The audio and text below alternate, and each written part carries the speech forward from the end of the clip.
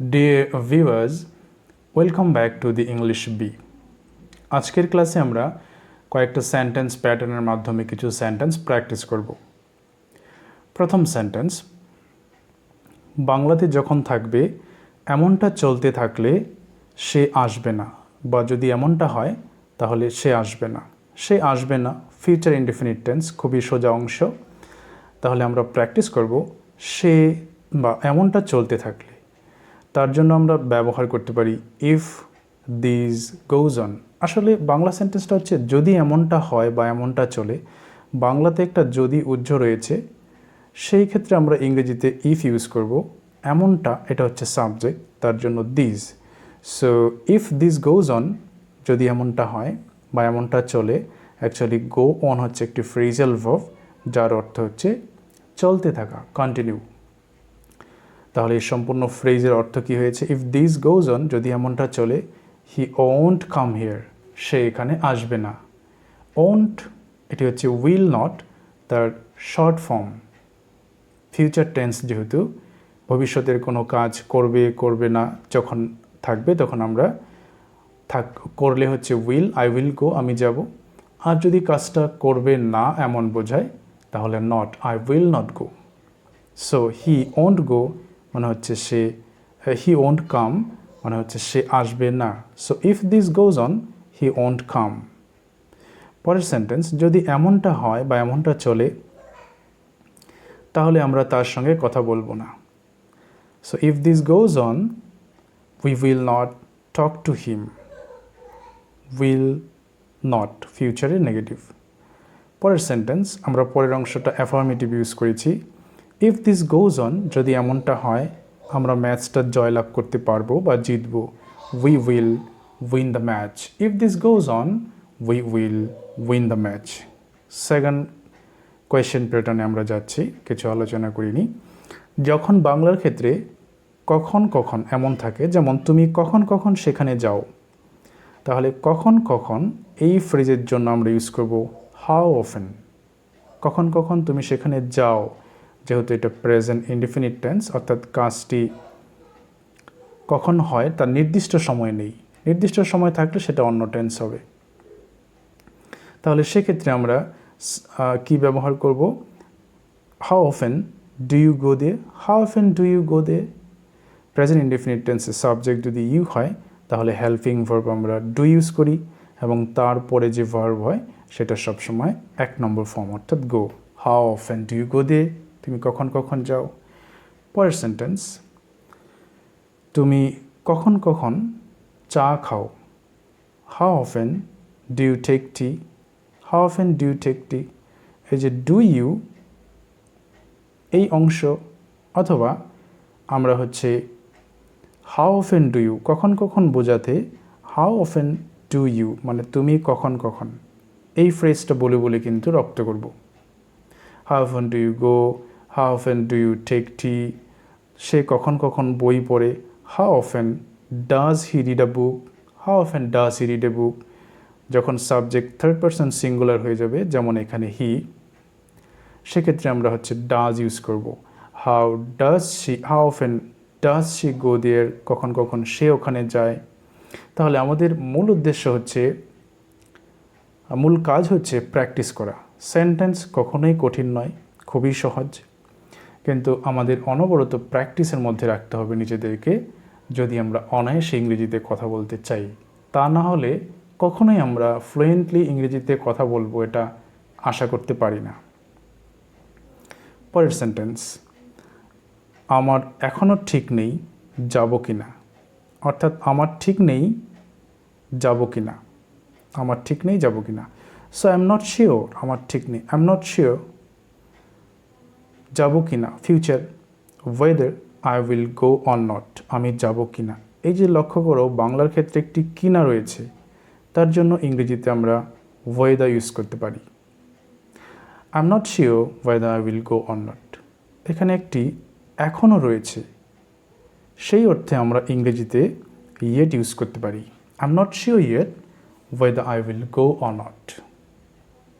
তাহলে মনে রাখবো, এখনও অর্থে ইয়েট ইউজ করব, আর কিনা যদি বলতে হয় তখন ওয়েদার ইউজ করব। আসলে এখানে দুটো ক্লজ রয়েছে, মানে হচ্ছে দুটো পার্ট রয়েছে সেন্টেন্সের। আই এম নট শিওর একটি পার্ট, আর whether I will not go whether I will go or not একটি পার্ট, যেটা এই পার্টের সঙ্গে যুক্ত হয়েছে। পরের সেন্টেন্সে যেমন ধরো, আমি জানি না যে তারা আসবে কি না। I don't know whether you will come or not, সে আসবে কি না। Whether you will come or not, তুমি আসবে কি না। আমরা এখানে সাবজেক্টের পরিবর্তে ইউ এর পরিবর্তে হি ব্যবহার করতে পারি, শি ব্যবহার করতে পারি। যেমন আমি জানি না সে আসবে কি না, I don't know whether he will come or not. He will come or not, সে আসবে কি না আসবে আমি জানি না। এখানে একটা নাম ইউজ করতে পারি Rahul, I don't know whether Rahul will come or not, আমি জানি না রাহুল আসবে কি না। তাহলে কিনার জন্য আমরা ওয়েদার ইউজ করতে পারি সেন্টেন্সে, আর টেন্স অনুযায়ী ভার্বগুলি বসবে। পরের সেন্টেন্স বা পরের সেন্টেন্স কনস্ট্রাকশন, পরীক্ষা বাতিল হয় সে মনে মনে খুশি হয়েছিল। তাহলে মনে মনে এই ফ্রেজের জন্য আমরা ইংরেজিতে ব্যবহার করতে পারি ইনওয়ার্ডলি। খুশি হয়েছিল, হয়েছিল past tense, second form use করব। সে খুশি হয়েছিল, তাহলে আমরা এখানে হি ব্যবহার করব। তুমি খুশি হয়েছিলে, তখন ইউ ব্যবহার করব। তাহলে হি ওয়াজ ইনওয়ার্ডলি রিলিভড, স্বস্তি পাওয়া অ্যাকচুয়ালি, রিলিভড বা খুশি হওয়া। He was inwardly relieved that the test was cancelled. টেস্টটি বাতিল হয়েছিল, সেজন্য সে মনে মনে খুব খুশি হয়েছিল। সেই অর্থে আমরা ইনওয়ার্ডলি শব্দটিকে ইউজ করেছি।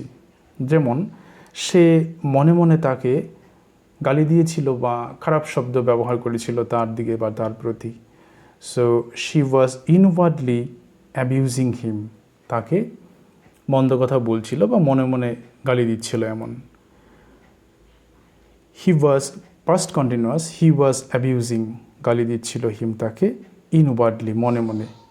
বা হি ওয়াজ অ্যাবিউজিং, হি ওয়াজ ইনওয়ার্ডলি অ্যাবিউজিং হার, আমরা এখানে সাবজেক্টগুলিকে চেঞ্জ করে দিতে পারি। তাহলে মনে মনের জন্য আমরা ইউজ করতে পারি ইনওয়ার্ডলি।